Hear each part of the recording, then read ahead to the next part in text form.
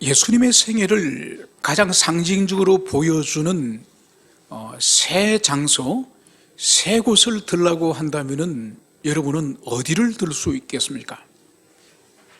바로 우리 주님이 이 땅에 사람으로 태어나신 베들레헴이 첫 번째지 않겠습니까?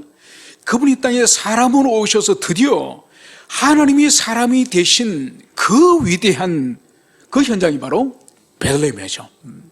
그리고 주님께서는 그의 성장과 그리고 그의 공생애를 대부분 어디서 보내셨습니까?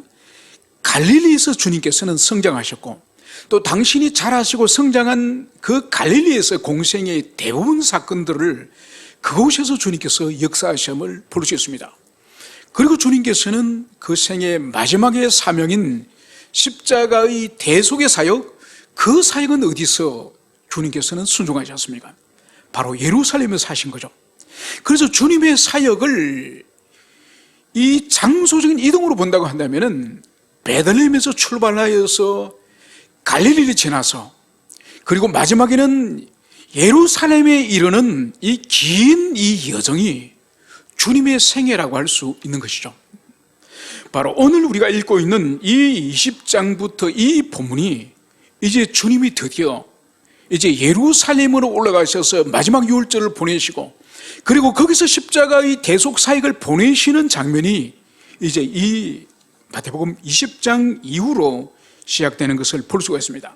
이제 본문으로 이제 들어가면은 예수께서 예루살렘으로 올라가려 하실 때에 12제자를 따로 데리시고 길에서 이르시되, 이제 주님이 여리고를 통과하여서 이제 예루살렘으로 올라가지 않습니까? 성경은 예수님이 12제자만 데리고 올라가는 것이 아니에요. 그러니까 지금 이 시기가, 이 계절이 유월절이 지금 다가오고 있는 계절이에요. 그래서 이 이스라엘 전역에서, 이 가나안 땅 전역에서 이제 예루살렘의 하나님을 이제 예배하러 많은 사람들이 예루살렘을 향해서 순례의 길을 지금 나서고 있습니다. 그래서 그 많은 사람들이 주님과 함께 이제 예루살렘을 향해서 가고, 이제 해외에서 이 로마를 비롯하여서 이집트를 비롯하여서 먼 이방 땅에서도 흩어져 있던 이 유대인들이 이 예루살렘에 유월절을 보내러 그들이 오는 거죠. 그래서 주님이 지금 수많은 군중들 사이에서 이 12제자들을 오늘 성경에서는 따로 데리시고 길에서 이르시되, 이제 예루살렘을 올라가는 그 순례의 길, 그 고난의 길을 주님께서 올라가시다가 이 12제자들을 따로 이제 길에서 부르시는 것을 볼 수 있습니다. 그러니까 주님께서 가시던 길을 멈추고 길에서 제자들에게 무슨 말씀을 하실 것을 볼 때에 매우 중요한 말씀을 주님이 하실 것을 우리가 예고를 할 수 있습니다. 이제 주님은 18절에서 이렇게 제자들에게 말씀을 하시는 거죠. 보라, 우리가 예루살렘으로 올라가노니 인자가 대제사장들과 서기관들에게 넘겨지매 그들이 죽이기로 결의하고 이방인들에게 넘겨주어 그를 조롱하며 채찍질하며 십자가에 못 박게 할 것이나 제3일에 살아나리라. 이제 주님께서 가던 길을 멈추고 12제자들을 지금 세워두고 길에서 오늘 특별한 오늘 말씀을 주님이 하십니다. 그 말씀이 바로 뭐죠? 예루살렘으로 이제 올라가면은 인자이신 우리 주님이 이제 제사장과 서기관들에게 이제는 넘겨지고, 그리고 이제 그들이 우리 주님을 죽이기로 이제는 이제 결의를 하고, 그리고 이 종교주자들이 우리 주님을 바로 이방인 로마의 당국에 우리 주님을 이제 넘기고, 바로 우리 주님이 이제 조롱과 채찍을 당한 후에 십자가에 못 박도록 이제 넘겨줄 것이다. 그리고 주님은 3일에 살아날 것이다. 이것을 오늘 주님이 길을 가던 제자들에게 이 말씀을 여기서 하는 거예요. 여러분, 이것은 이미 주님의 고난과 죽으심과 부활에 대해서는 이미 주님이 2번을 먼저 말씀하셨죠. 첫 번째가 언제 말씀하셨습니까? 바로 베드로가 주는 그리스도시요 살아계신 하나님의 아들이시니다. 이 마태복음 16장에서 이 베드로가 신앙 고백을 했을 때에 바로 주님이 이후에 바로 당신의 고난과 죽음과 부활을 제자들에게 말씀하시지 않습니까? 그것이 첫 번째고, 그리고 17장에 가면 또 한 번 주님이 당신의 고난과 죽음과 부활을 또다시 말씀을 하십니다. 그리고 오늘 20장에서 예루살렘 올라가는 길에서 마지막으로 이 세 번째 이제 주님께서 제자들에게 당신의 고난과 죽음과 부활을 말씀하시는데, 첫 번째와 두 번째와의 차이가 무엇이냐? 그 차이는, 첫 번째, 두 번째는 당신의 고난과 죽음을 말씀하셨다고 한다면은, 이 세 번째의 죽음은 십자가의 죽음을 정확하게 주님이 지금 제자들에게 그것을 계시하고 있는 것을 여기서 볼 수 있습니다. 그리고 주님께서는 제4일에 살아날 것이다, 이 말씀을 주님이 하신 것입니다. 그러니까 이 주님의 이 대속적인 이 죽음에 대해서는 무려 지금 세 번씩이나 지금 제자들에게 가르치는 것을 볼 수 있습니다. 당신 존재 자체가 죽기 위해서 오셨고, 십자가에 못 박히시기 위해서 오셨고, 유월절에 죽기 위해서 주님이 오셨지 않습니까? 그래서 이 너무너무 중요한 이 진리를 제자들에게 세 번씩이나 이것을 가르치는 것을 여기서 볼 수 있습니다. 바로 그때에 오늘 20절, 주님이 이 중차대한 당신의 십자가의 죽으심 그리고 부활이 된 이 말씀을 할 그때에 오늘 어떤 일이 오늘 20절에 있습니까? 세베대 아들의 어머니가 그 아들들을 데리고 예수께 와서 절하여 무엇을 구하니? 여러분, 이 중차대한 이 진지한 주님의 죽음과 부활을 지금 가르치고 있는 이 시점에 이 세베대의 아들의 어머니, 여러분, 이 세베대의 아들들은 마가복음에서는 이름을 분명히 기록을 합니다. 요한과 야고보요. 그러니까 예수님에게 가장 가까운 이 제자 12 가운데서도 베드로, 야고보, 요한이 가장 가까운 제자지 않습니까? 그 중에 이 세베대 아들, 이 두 아들은 주님과 특별한 인척관계예요. 그러니까 성경에서는 이 세베대 아들 어머니를, 이 여인을 성경에서는 이름을 살로메라고 이름을 기록하고 있습니다. 다른 복음서에서는. 그리고 이 살로메는 예수님의 어머니 마리아와 자매지간이라고 성경이 기록을 하고 있습니다. 그러니까 그 자매지간이라는 것이 친자매인지 가까운 사촌 친척 자매인지 정확히 성경은 말하지 않습니다. 아무튼 친척이 분명합니다. 그렇다고 한다면은 주님과 야고보와 요한은 가까운 친척이겠죠. 그래서 오늘 이 살로메가 진지하게 지금 주님께서 당신의 십자가 죽으심과 부활을 지금 제자들에게 가르치고 있을 이때에 자기 두 아들을 데리고 야고보, 요한을 데리고 지금 예수님께 이제 나온 겁니다. 그러면서 이제 무엇을 절을 하면서 무엇을 구하였음을, 청구하였음을, 요청하였음을 오늘 성경이 기록을 하고 있습니다. 그래서 오늘 21절에서는 예수님이 이제 말씀을 하십니다. 무엇을 원하느냐? 지금 두 아들을 데리고 온 이 어머니에게 도대체 무엇을 나에게 원하느냐? 이것을 주님이 물으신 거죠. 그러자 이 살로메가 이렇게 21절에서 말을 합니다. 나의 이 두 아들을 주의 나라에서 하나는 주의 우편에 하나는 주의 좌편에 앉게 명하소서. 바로 이 어머니가 오늘 나서서 두 아들을 데리고 와서 이 친척인 우리 예수님은 이 살로메의 조카뻘이 되지 않습니까? 그러니까 살로메는 예수님의 이모뻘이 되고, 그래서 친척의 관계로서 이 두 아들을 데리고 와서 지금 청탁을 하는 거야. 지금 당신의 나라, 당신의 왕국이 임하면 바로 당신이 보좌에 앉을 텐데 그 보좌의 왼편과 오른편에 내 두 아들 하나씩 앉혀주십시오. 이 말을 여기서 하는 것을 볼 수 있습니다. 여러분, 이것을 볼 때에 지금 이 살로메를 비롯하여서 주님 가장 가까이서 항상 주님이 특별한 사역을 행할 때마다 이 야고보와 이 요한을 베드로와 함께 데리고 다니지 않습니까? 가장 가까이서 주님의 사역을 지켜본 이들이 하나님 나라, 주의 나라에 대한 인식이 도대체 어떤 인식을 하였는지 그것을 오늘 여기서 보여주는 거죠. 그래서 이 어머니가 이제 예수님이 예루살렘으로 올라가실 때에 이제 예루살렘에 주님이 도착하시면은 거기에 지상의 메시아 왕국, 이제 예수님이 왕이 되시는 이 지상의 메시아 왕국에 주님이 왕으로 등극한다고 이 살로메는 생각을 한 거죠. 그래서 주님이 보좌에 앉으시면은 좌우에 자기 아들 한 명씩 앉혀주십시오, 이 청탁을 하는 것을 볼 수 있습니다. 여러분, 이것은 근거가 없는 이야기가 아니에요. 이것은 근거를 가지고 있습니다. 여러분, 이것은 뭔가 하니까 마태복음 19장에 부자 청년의 비유를 여러분 이해하시죠, 그죠?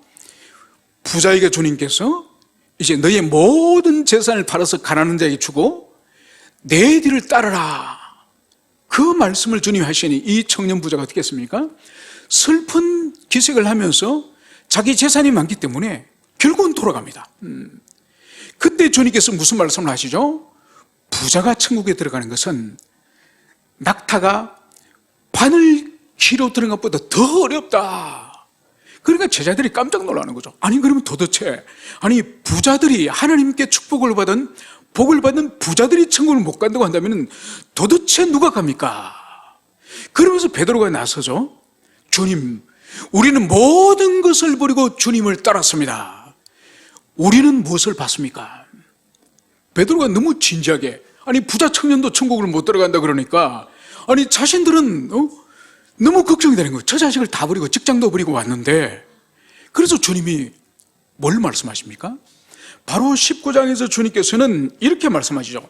세상이 새롭게 되어 인자가 자기 영광의 보좌에 앉을 때에 나를 따르는 너희도 12보좌에 앉아서 이스라엘 12지파를 심판하리라.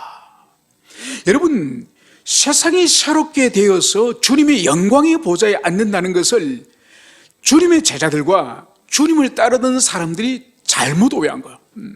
지금 이 살로메도, 이 요한의 어머니 살로메도 잘못 오해하는 거예요.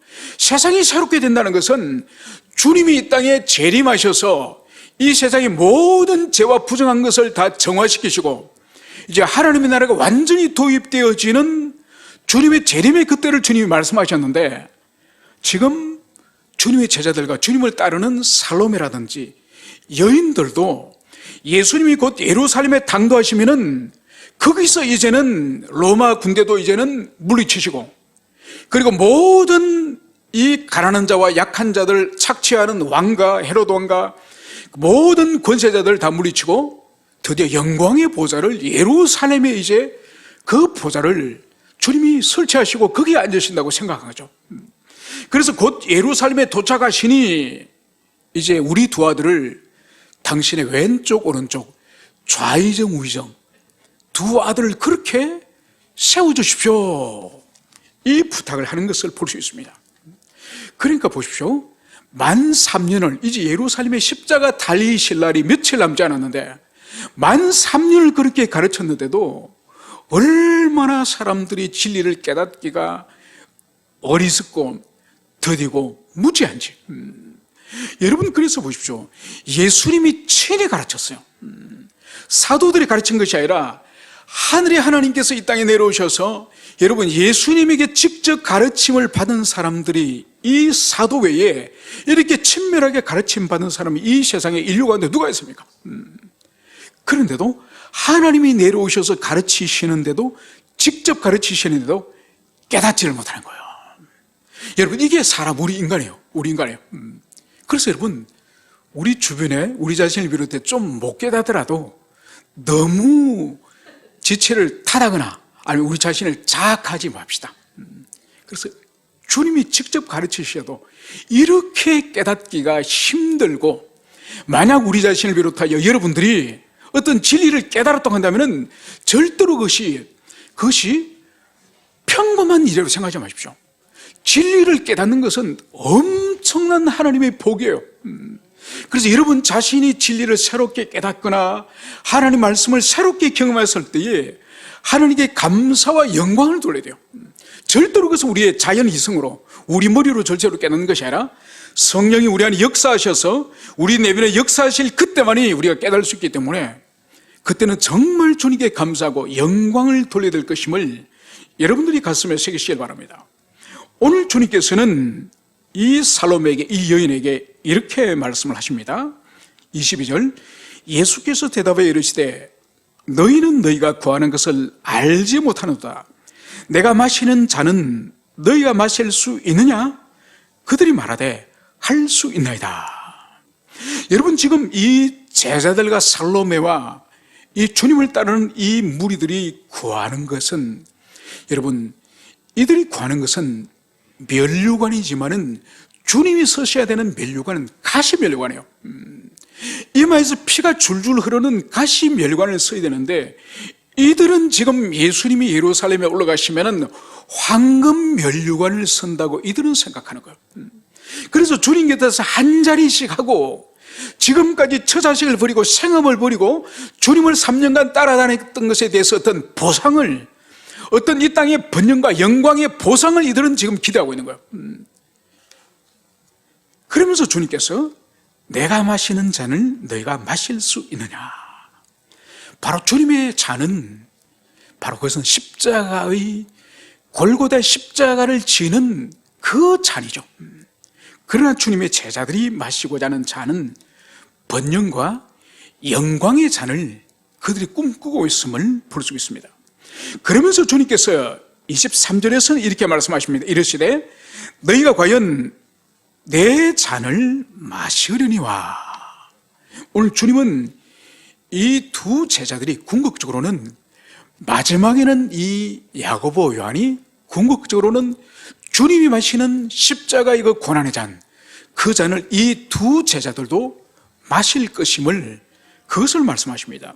여러분, 이것은 그대로 실현되지 않습니까? 사도행전 12장에 가면은 12사도 가운데에 가룟 유다는 자살하지만은 나머지 11명 제자 가운데 제일 먼저 순교를 당하는 제자가 이 야고보예요. 지금 주님 앞에 와서 지금 한 자리 달라고 하는 이 야고보가 제일 먼저 헤롯 왕이 목을 잘라서 죽이죠. 그래서 주님께서 너희가 과연 내 잔을, 내 고난의 잔을 너희들도 마실 것이다. 주님이 그 말씀하시는 거죠. 그리고 여러분, 요한은 어떤 고난을 당합니까? 여러분, 성경에 기록되어 있지 않지만은 전승의 야외교회는 이 요한을 주기 위해서 그 다른 가마솥에 요한을 기름을 풀풀 끓는데 요한을 기름에 빠뜨려도 요한이 죽지 않았습니다. 그 정도로 주님께서 요한을 특별하게 보호하신 거죠. 그래서 주님께서는 이제 이 요한이 이제 로마 당국에 의해서 밤모섬에 유배되도록, 그래서 그 밤모섬에서 고독한 삶을 살면서 거기서 마지막 계신 요한계시를 기록하게 하지 않습니까? 그래서 주님의 이 말씀, 너희가 과연 내 잔을 마시리니와. 두 사도가 모두 고난의 삶을 사셨음을, 그것을 보여주셨습니다. 그러면서 주님께서 이 살로메가 두 아들을 주님의 좌우편에 앉아달라고 하는 이 청탁에 대해서는 이렇게 말씀하십니다. 내 좌우편에 앉는 것은 내가 주는 것이 아니라 내 아버지께서 누구를 위하여 예비하셨던지 그들이 얻을 것이니라. 바로 주님 좌우편에 누가 앉을 것인지는 주님이 정하는 것이 아니라 하늘의 성부 하나님 아버지께서 그것을 정하는 것이다. 주님은 이 말씀을 여기서 하고 있습니다. 그러면서 이제 이 모든 광경을 지켜보던 오늘 10제자들의 반응이, 오늘 24절에 10제자가 듣고 그 두 형제에 대하여 분이 여기거늘. 여러분, 살로메가 두 아들을 데려와서 그 청탁을 하는 그 모습을 보고 이 나머지 10명의 제자들이, 오늘 성경은 이 두 형제에 대해서 분노하였다, 분개하였다, 이것을 성경이 오늘 기록을 하고 있습니다. 여러분, 왜 두 제자를 향해서 10제자가 분노할까요? 그것은 자기들도 똑같은 정치적 야망을 가졌으니까. 자기들도 똑같이 예루살렘에 올라가면 주님 옆에 앉고 싶은데, 아니 어머니까지 동원해가지고, 그것도 인적관계, 친족관계라는 것을 이용해서 주님께 이렇게 로비를 하는 거죠. 그러니까 10명의 제자들도 지금 분노하여 성을 부르셨습니다. 여러분, 그러니까 이제 주님의 이 메시아 왕국이 예루살렘에 세워지고 거기서 주님이 메시아로서, 왕으로서 보좌에 앉는다고 하는 이 잘못된 이 메시아관, 이것은 이 2명의 제자뿐만 아니라 12명의 제자 전체가 주님이 3년간을 그토록 가르쳐도 이들의 고정관념, 이들의 그 시대의 이 선입견, 편견, 이것으로부터 이 제자들이 벗어나지를 못하는 것을 볼 수 있습니다. 여러분, 이것은 우리에게도 마찬가지예요. 여러분, 주님 시대에 예수님이 가르쳐 주신 순수한 복음이 있고 그 시대의 상황이 있지 않습니까? 그 상황이 바로 뭡니까? 바로 자신들이 처해 있는 이 민족적이고 국가적인 그 정치적인 상황, 바로 로마 제국이라는 강력한 세계 제국의 그 말발굽알에서 그들이 노예처럼 세금이나 내고 신앙도 함부로 자유를 누리지 못하고 그렇게 비굴하게 살아가고 있는 그들의 이 상황, 그래서 이 상황으로부터 이들이 자유와 해방을 그들이 누리고 싶어하는, 이것이 그들의 복음과 함께 그들의 상황이 함께 지금 포개져 있는 거죠. 그래서 그들이 이 상황에 대한 열망이 너무나도 강하기 때문에 바로 예수님이 오셔서 순수한 주님의 그 말씀의 의미를 해석을 하기보다는 바로 주님이 오셔서 자신들의 상황이 이 노예적인 삶으로부터 주님이 해방시켜 주시는 이 메시아로 그들이 오해하게 되는 거죠. 여러분, 우리 시대도 마찬가지예요. 우리 시대에 복음이 완전히 진공 상태에 있는 우리들에게 복음이 떨어집니까? 우리들이 복음이 아무것도 우리 인격과 우리 삶에, 우리 생활에, 우리 상황에 있어서 아무런 오염되고 세상의 사상과 세상의 이념과 세상의 철학이 없는 그 상황 가운데 우리 마음이 떨어집니까? 아니요. 우리가 평생을 가지고 있던 어떤 가치관들, 우리가 살아가고 있는 이 시대의 이 정치적, 이 사상적, 이념적 이 상황, 환경적 상황, 이 상황 위에 이 복음이 떨어지는 거야. 그래서 주님 시대 때 제자들이 메시아를 오해하고 메시아 왕국을 오해하고 하나님 나라를 오해했던 것처럼 오늘날도 우리가 오해할 수 있는 요소들이 얼마나 많은지 몰라요. 그래서 항상 우리가 이 순수한 말씀을 가지고 순수하지 않는 바로 주님 시대 편견과 선입견과 상황적인 그 오해들을 그들이 빠졌던 것처럼 우리는 그런 것으로부터 걷어내는 이 일을 우리가 지혜롭게 잘 내야 됩니다. 그래야 순수한 복음에 우리가 반응을 할 수 있지, 그렇지 않으면 이 주님 시대 때 주님을 오해하고 주님의 나라를 오해하고 모든 것들을 오해하는 그런 일들이 벌어짐을 우리가 명심을 해야 될 것입니다. 이제 주님께서는 제자들 불러서 이렇게 말씀을 하십니다. 이방인의 집권자들이 그들을 임의로 주관하고 그 고관들이 그들에게 권세를 부린 줄을 너희가 알거니와. 오늘 주님께서는 그 시대를 살아가고 있는 제자들에게 바로 그 시대를 둘러싸고 있는 이 이방인들, 즉 로마 제국이라든지 헤롯의 왕국이라든지 그 주변에 있는 수많은 이방인의 그 나라들과 왕국을 오늘 예로 듭니다. 바로 그 이방인의 집권자들과 고관들이 바로 백성들을 임의로 주관하고 임의로 지금 권세를 부리는 그것을 오늘 주님께서는 오늘 예로 들고 있습니다. 여러분, 이것은 인간이 에덴에서 타락한 이후로, 인간이 타락하기 이전에 모든 인간, 하나님의 형상을 가진 모든 인간은 존귀한 존재입니다. 그래서 아담과 하와가 있었지만 이 아담과 하와가 아담이 위에 있고 하와가 아래에 있는 것이 아니라 주님이 아담과 하와를 동등한 권세와 영광의 존재로서 두 사람을 주님 만드셨습니다. 그래서 이 남자와 여자는 경쟁과 갈등과 다툼의 존재가 아니라 서로 보완하고 협력하고 서로 동력하도록 주님께서 남자와 여자를 만드신 거예요. 그러니까 남자와 남자를 만드신 것도 아니고 여자와 여자를 만드신 것이 아니라 성향이 다른 두 존재, 남자와 여자를 만드신 목적은 바로 동력하고 협력하고 보완하고 함께 연합하라고, 그래서 온전히 사역하고 온전히 삶을 살라고 성이 다른 남자와 여자를 만드신 거야. 그렇지만은 절대로 남자가 여자보다 위에 있다고 말할 수 없고 여자가 남자 위 아래에 있다고 말할 수 없는 권세와 영광이 대단한 존재로 주님 만드셨습니다. 문제는 인간이 타락합니다. 인간이 타락하여서 많은 후손이 태어나면서 이제 주님께서 모든 인간은 모든 인간은 이 영광이 대등한 그런 동등한 존재로 지으셨지만은 타락한 이후에 인간은 만인 대 만인의 투쟁에 바로 짐승의 야국 강식의 그런 악한 질서가 이 인간 세계에도 있는 거예요. 그래서 다스린 자가 있고 다스림 받는 자가 있고 통치자가 있고 갑이 있고 을이 있고, 여러분 이것은 고대 시대뿐만 아니라 봉건 시대뿐만 아니라 오늘날도 마찬가지죠. 오늘날도 어느 조직이든지 어느 사회를 가더라도 반드시 이 종적 질서는 피할 수가 없습니다.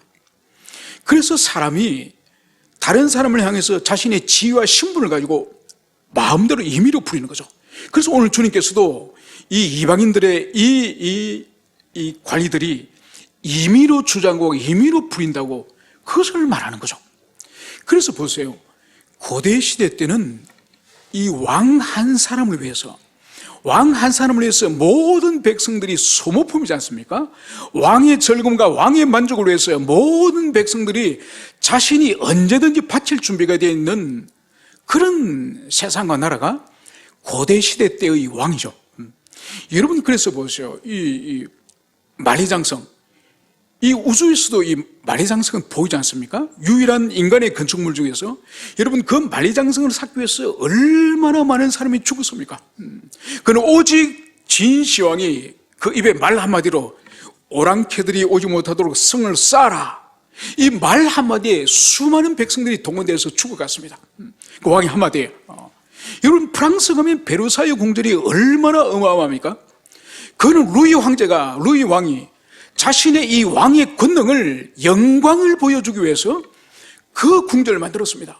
왕의 이 허영심, 이 헛된 정치적 허영심 하나 때문에 수많은 백성들이 세금을 내가지고 그 엄청난 궁전을 짓는 거죠. 그것이 바로 이방왕의 절대적인 권능을 말하는 거죠. 오늘 주님이 그것을 말하는 거예요.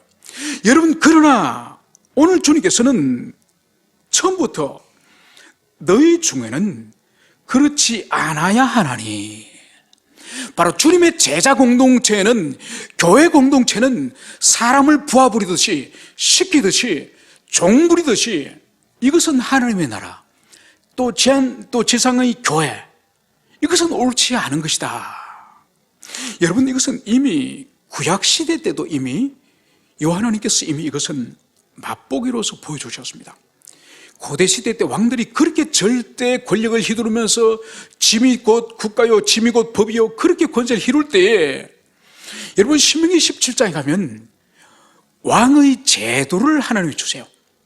이제 너희들이 이제 가나안 땅에 들어가면 어느 때가 되면 왕을 세울 터인데 왕은 이렇게 세우고 이렇게 나라를 다스려라. 그러면서 주님께서 금지하는 것을 먼저 주십니다.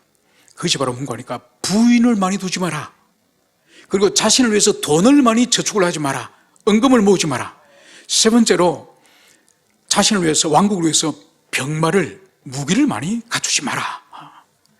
그러면서 열심히 할 것을 주님 말씀하시니 바로 이와 율법을 가지고 와서 그것을 뺏겨서서 부지런히 율법을 배우고 공부하라.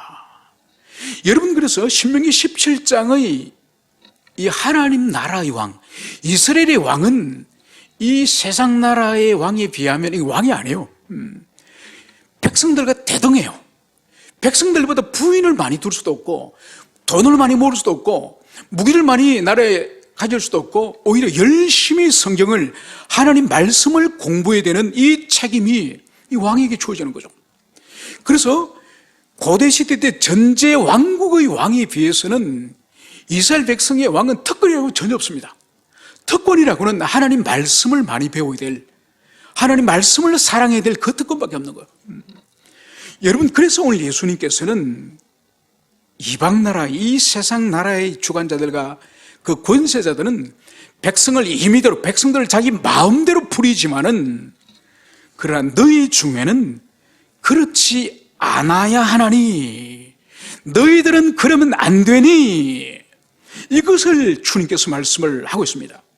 그래서 보십시오. 너희 중에 누구든지 크고자 하는 자는 너희를 섬기는 자가 되고, 너희 중에 누구든지 어뜸이 되고자 하는 자는 너희의 종이 되어야 하리라. 여러분 오늘 주님께서는 당신 하나님 나라, 하나님 나라의 어뜸이 되고 하나님 나라 왕의 원리를 오늘 주님께서 말씀하십니다. 바로 교회 공동체, 제자 공동체에 있어서 크고자 하는 자, 위대한 자는 어떤 자라고요? 너희를 모두 섬기는 자가 바로 큰 자, 위대한 자가 될 것이다. 그리고 너희들 중에서 누구든지 어뜸이 되고자 하는 자는 너희의 종이 되어야 할 것이다.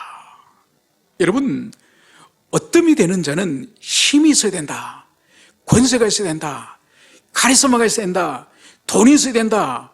힘이, 그거 주님 말씀하지 않으세요? 종이 되어야 한다. 여러분, 그래서 하나님의 나라와 교회의 질서는 이 세상의 질서와 전혀 다른 거예요.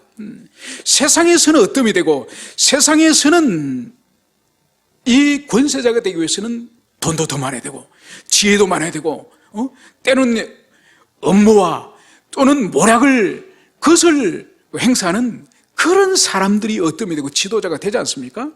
그래서 돈도 펑펑 쓰고, 또 사람들의 적당히 협박도 하고, 그렇게 할 수 있는 인간들이 세상에서 다 우두머리 자리를 다 맡고 있지 않습니까? 그러나 하나님의 나라와 교회에서의 우두머리는 세상에서의 지도자의 원리를 절대로 도입을 하면 안 된다. 바로 종이 되는 자, 다른 사람을 섬기고 배려하고 다른 사람을 높이는, 오히려 종과 같이 자신을 낮추는 그 사람이 바로 어뜸이 되어야 된다. 주님은 이 말씀을 여기서 하고 있습니다. 여러분, 그래서 우리가 그리스도 안에서 몇 사람이 모이든지 간에 교회에서나 아니면 구역에서나 또 아니면 가정에서나 몇 사람이 모이더라도 철저히 주님이 가르쳐 주신 이 원리, 끊임없이 서로 자신이 낮아지려고 하는, 서로 상대방을 섬기려고 하는, 서로 상대방을 세워주려고 하는 이러한 이 삶의 원리가 우리에게 있어야 될 것입니다. 바로 그럴 때에 이 세상 사람들이 볼 때는 교회에서 이루어지는 질서의 원리, 교회에서 일어나고 있는 이 원리는 세상과 전혀 다르다는 것을 그것을 감동을 받는 거죠. 여러분, 우리 한국 초대의 교회 때에, 우리 한국 교회는 특별하게 이 의료 선교사들이 많이 들어왔지 않습니까? 그래서 병원을 세우고 학교를 세우는 그 일을 많이 했는데, 이 초대교회 때 이 선교사들 가운데에 이 백정들을 선교한 선교사들이 있습니다. 딱 그분은 백정만 선교하는 거죠. 그래서 한양에 설에 와서 가장 낮은 이 백정만 섬겼는데, 이 백정들의 아들들을 모아서 백정 자녀들 학교를 만들었습니다. 그래서 그 선교사님이 하루는 이 아들이 학교를 안 온 거예요. 백정의 아들이. 그 알아보니까 아버지가 장티푸스에 걸린 거예요. 아버지 백정이 장티푸스에 걸린 거예요. 그 아들이 학교를 오질 못해서. 그래서 이 선교사님이 의료 선교사를 데리고 이 아버지 백정을 치료해 준 거예요. 그러니까 그 당시에는 이 양방이라는 개념이었기 때문에 그냥 뭐 구출하거나 뭐 귀신을 쫓거나 이래가지고 장티푸스 콜레라를 고치려고 하는데 그게 낫습니까? 그런데 이 의료 선교사님이 가서 딱 주사를 딱 놔주고 항생제를 놔주니까 이게 낫거든요. 그런데 이 의료 선교사님이 누군가니까 이 고종임금의 주치야. 그러니까 고종임금을 치료하는 사람이 이 백정을 치료하러 간 거야. 그러면서 이 선교사님이 이 백정을 보고 이 한국 사람을 향해서 형제요, 브라더라고 불렀던 거죠. 그러니까 이 백정이 너무 감동을 받았고요. 그러니까 임금님의 옥체를 만지던 그 손으로 자기 몸을 만져주면서 형제라 불러니. 그러니까 완전히 이 백정의 입장으로는 너무나도 영광스러운.